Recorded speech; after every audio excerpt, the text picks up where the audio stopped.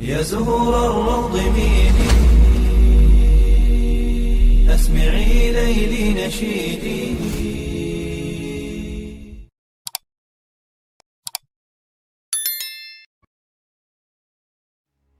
Assalamualaikum warahmatullahi wabarakatuh. Syukur alhamdulillah, dalam kesempatan yang mulia ini kita masih diberikan banyak kenikmatan sehingga kita dapat berjumpa kembali di channel ini. Marilah kita senantiasa bersolawat serta salam kepada junjungan kita semua, yaitu baginda Nabi Muhammad sallallahu alaihi wasallam. Allahumma sholli ala sayyidina Muhammad wa ala ali sayyidina Muhammad. Doa dan harapan saya, semoga sahabatku semuanya selalu diberikan kesehatan, diampuni dosa-dosanya, dikabulkan segala doa dan hajatnya, serta dilapangkan rezekinya oleh Allah Subhanahu wa Ta'ala. Amin ya Rabbal Alamin. Sahabatku yang dirahmati Allah Subhanahu wa Ta'ala, pada video kali ini saya akan menjelaskan tentang 7 hal yang membuat mandi wajib tidak sah.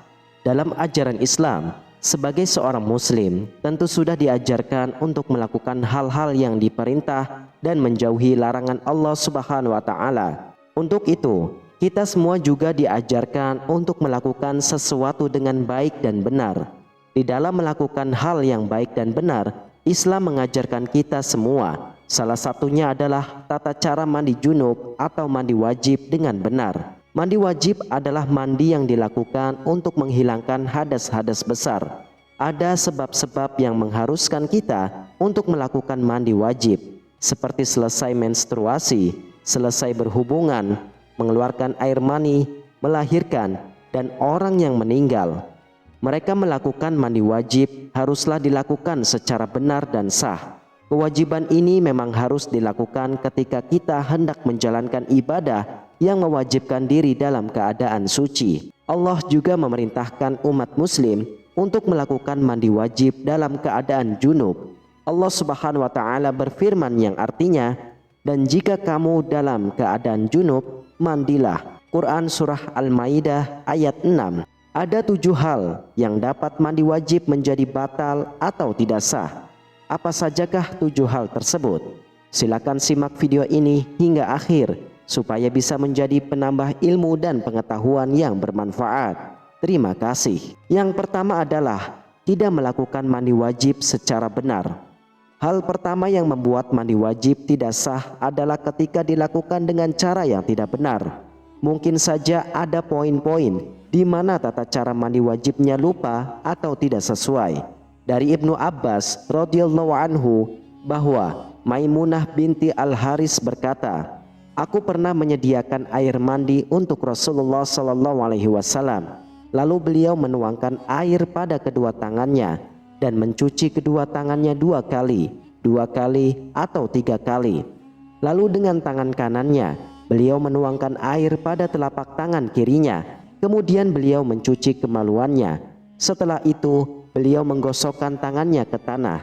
Kemudian beliau berkumur-kumur dan memasukkan air ke dalam hidung. Lalu beliau membasuh muka dan kedua tangannya. Kemudian beliau membasuh kepalanya 3 kali dan mengguyur seluruh badannya. Setelah itu beliau bergeser dari posisi semula, lalu mencuci kedua telapak kakinya di tempat yang berbeda.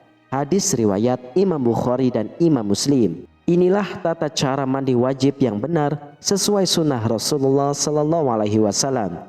Yang pertama, membaca niat di dalam hati untuk membersihkan hadas besar tanpa bersuara. Yang kedua, membasuh tangan sebanyak 3 kali. Lalu yang ketiga, membersihkan bagian kemaluan dan sekitarnya dari kotoran dengan menggosokkannya dengan tangan kiri. Lalu yang keempat, mengulangi mencuci tangan. Yang kelima, ambil wudhu seperti biasa. Lalu yang keenam, menyela pangkal rambut sampai kulit kepala dengan jari-jari yang sudah dibasahkan ke air. Lalu yang ketujuh, membasuh kepala sebanyak 3 kali dengan 3 kali menimba air hingga seluruh permukaan kulitnya basah. Kemudian yang kedelapan, basahi seluruh tubuh secara merata dengan mengguyur dari ujung kepala hingga ujung kaki, dimulai dari bagian kanan terlebih dahulu lalu bagian kiri. Lalu kesalahan mandi wajib yang kedua, tidak membaca niat. Ini termasuk hal penting ketika hendak melakukan mandi wajib. Inilah yang membedakan mandi wajib dengan mandi biasa. Cara membaca doa niat mandi wajib pun dilakukan dalam hati atau tidak bersuara. Lalu yang ketiga, tidak menggunakan air yang bersih. Ketika melakukan sesuatu yang akan mensucikan kembali tubuh, mandi wajib haruslah dilakukan dengan menggunakan air yang bersih. Namun jika dalam kondisi sulit mendapatkan air bersih, maka bisa dilakukan secara tayamum yang memiliki tata caranya tersendiri. Lalu yang keempat, ada bagian tubuh yang masih kering. Proses menghilangkan hadas besar dengan mandi wajib haruslah membasahi seluruh anggota tubuh. Begitulah salah satu hal yang wajib dilakukan terkait tata cara mandi junub.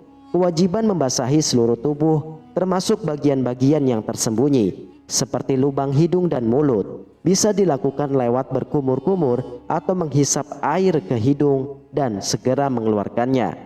Dahulu, jika Rasulullah SAW hendak mandi janabah atau junub, beliau membasuh kedua tangannya, kemudian menuangkan air dari tangan kanan ke tangan kirinya, lalu membasuh kemaluannya, lantas berwudu sebagaimana berwudu untuk sholat. Lalu beliau mengambil air dan memasukkan jari jemarinya ke pangkal rambut hingga beliau menganggap telah cukup. Beliau tuangkan ke atas kepalanya sebanyak 3 kali tuangan. Setelah itu beliau guyur seluruh badannya, kemudian beliau basuh kedua kakinya. Hadis riwayat Imam Bukhari dan Imam Muslim. Lalu yang kelima, rambut dalam keadaan tidak terurai. Bagi seorang perempuan ataupun laki-laki yang memiliki rambut panjang, ada baiknya untuk tidak mengikat rambutnya saat melakukan mandi wajib. Sebab bisa saja air tidak masuk hingga ke sela-sela rambut sehingga mandi wajibnya akan tidak sah. Lalu yang keenam, masih terdapat kotoran di dalam kuku. Kita perlu tahu bahwa kotoran yang ada di dalam kuku bisa menghalangi air sampai ke badan, khususnya pada bagian bawah kuku. Jadi ada baiknya sebelum melakukan mandi wajib, bersihkanlah dulu kotoran tersebut. Ini juga berlaku dalam kondisi kuku yang menggunakan kutek, kecuali pewarna kuku alami yaitu henna. Kemudian yang ketujuh, tidak sesuai urutan. Tidak tertib dalam melakukan mandi wajib dapat membatalkan mandi wajib itu sendiri. Dalam melakukan mandi wajib, kita juga perlu memperhatikan rukun mandi wajib. Yang pertama, membaca niat di dalam hati atau tidak bersuara. Yang kedua, menghilangkan kotoran dan najis pada badan. Lalu yang ketiga, membasahi seluruh anggota tubuh, termasuk semua lipatan badan. Namun jika sudah memenuhi ketiga rukun mandi wajib tersebut, maka mandi wajibnya dianggap sah. Saudaraku yang dirahmati Allah, itulah ketujuh hal yang membuat mandi wajib tidak sah yang perlu kita ketahui.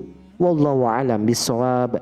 Demikianlah hanya ini yang dapat saya bagikan dan sampaikan. Semoga bermanfaat untuk kita semua. Amin ya rabbal alamin. Wassalamualaikum warahmatullahi wabarakatuh.